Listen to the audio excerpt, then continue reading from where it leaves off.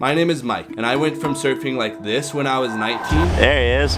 Get in there. to surfing like this when I was 23. You can just tell his like stature. Oh! You get that? Fucking hammer. And throughout those 4 years of dedicating my life to surfing, this is what I've learned. Number 1, don't wear a leash. One of my good friends, Timmy, would almost never surf with a leash. And I was always confused why he did this until one small and uncrowded day, I decided to try it for myself. And it actually led me to discover something pretty insane. It's not that you surf more safe, it's that you surf more smart. It forced me to learn how to be in total control of my board. Because one mistake and I would be punished by swimming for my board. And now when I surf without a leash, I can go a whole 2-hour session and I'll never lose my board once. So next time it's small, try to paddle out without a leash. It'll force you to learn faster. Number 2, move your feet, especially your back one. I remember when I would stand up on my board, my feet would be glued to the exact position where they landed. Then once I would try to pump or do a turn, I would just fall over. So I started practicing and experimenting with moving my back foot forward and further back on the board to see what it would do. And I discovered this. The further up you move your back foot towards the middle of the board, the more drive and the more speed you'll have. The further back you put your foot, the more pivot and more maneuverability you'll have. Number 3, plateauing is a sign you're about to level up. Feeling like you've made no progress is the worst, and it made me want to give up at times. But I remember after a month or even 2 months of feeling like I've made no progress or even that I've gone backwards, the month after that, I would have crazy breakthroughs in my progression. So if you feel like you're stuck or that your progression is plateauing, keep going. You're about to have a breakthrough session. Number 4, surf every single day. I used to only surf a few times a year, and then I only surfed a few times a month. But it was only when I started surfing every single day that I saw radical progression in my surf. Small, big, onshore, offshore, windy, stormy. Surf every single day, no matter what. Number 5, find your own zone. When I first started out, I would just go out to where everyone else was. I would sit on the peak, and sometimes I wouldn't even catch a wave. I slowly discovered that sometimes the waves are better if you sit on the inside or sit on the wide bowl. So now at certain spots, I only sit on the inside. I don't even make it out to the peak because I know that the waves in there are better. But if I never experimented with sitting in different parts of the lineup, I never would have figured that out. So find your own zone. It'll help you catch a lot more waves per session. Number 6, practice your pop-ups outside of the water. I always thought it was kooky to practice your pop-ups outside of the water. But if you look at my pop-ups back then, I was kooky anyways. I did this weird thing where my knee would come outside of my leg and it just looked terrible. So I committed every day a few minutes just to lay on my floor and practice doing a perfect pop-up. Back foot first, and then my front foot in between my arms. Number 7, don't wrap your leash. I used to always stand up with my leash wrapped around my ankles and I would just instantly fall. It was super frustrating. Then one day, my friend told me to stop wrapping my leash around the back of my board because it trains your leash to be in that looping form. And once I stopped doing that, I would rarely have my leash tangled in my feet. Number 7.5, volume is everything. When I first started surfing, I never even knew what volume was or why I should even care about it. I figured out that it's essentially how floaty your board is. The more volume you have, the easier it'll be to paddle and catch waves, which is essential for progressing fast.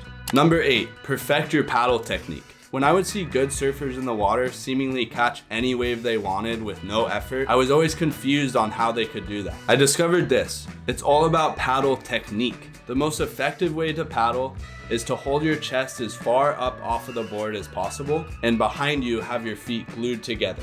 Number 9, master floaters. When there was a section breaking in front of me, I would always try to drop down into the flats and pump around it, and I would always get caught behind. I trained my brain to instinctually try a floater or a foam climb over the section instead of trying to go below and around it. This small transformation completely changed the way I surf, and I now can link turns and maneuvers way better. So next time you surf, try to think about using floaters as transitions between your turns. Number 10, surf different style of boards. When I first started, I only surfed a short board with a thruster. That's what I thought the best board was, because that's what all the pros ride. But then I got a quad, and then I tried my buddy's high performance twin fin, and then I tried a fish. and all of a sudden whole new parts of the wave got unlocked and I could go faster than I even thought was possible. I realized that surfing different styles of boards helped my surfing all around. So try different boards. Try a quad, try a fish, try a mid-length, till you find exactly what matches your style best. Number 11, each top turn should be linked with a bottom turn. For the first 2 years I surfed, I didn't even know what a bottom turn was. It just never clicked in my mind about how actually important it is. Once I figured out how crucial a bottom turn is and started practicing those bottom turns, it was the largest jump in progression I've ever seen in my surfing. For doing a cutback, you want a high or a mid-face bottom turn, but if you want to do a snap, you have to get super low and deep on your bottom turn. That way it sets you up to get a more vertical approach at the lip. Number 12, surf with people who are better than you. When I first started surfing every single day, I surfed with my one friend who grew up surfing, and he was by far way better than me. But I noticed slowly just watching him surf was improving my own surf level. Not only did it inspire and motivate me to stay focused on getting better, but it also ignited my inner competitiveness. Because yeah, you want to be better than yourself at the end of the day. But if you have a goal of someone else, you're like, oh, and maybe I can catch up to that guy. That's gonna help you surf on the days that you're not really feeling it. So make friends with some good surfers and start surfing with them. Number 13, set goals. When I felt like my progression was plateauing, I would go for weeks without feeling like I was getting any better, and sometimes I'd feel like I was getting worse. I started to set little goals for each session, and this helped me focus on something specific to work on, but it also helped me track what specifically I was getting better at. Set yourself a small goal for every session and a larger goal for every week. Number 14, remember where you came from. I tend to get really down on myself when I'm not surfing well. So I always try to think of me 1 year ago, how I surfed. This always helps me realize how far I've actually come in my progression. Always track your progression. It'll help keep you motivated. Number 15, surf different waves. When I first started surfing, I would go to the same spot every single time because that's just what I was comfortable with. But slowly I figured out that if you step outside of your comfort zone and surf some beach break, surf some reef break, surf a point break, surf a slabby wave, surf a kind of shitty wave, a soft wave. This helps you not only progress faster, but it helps you read the ocean a lot better.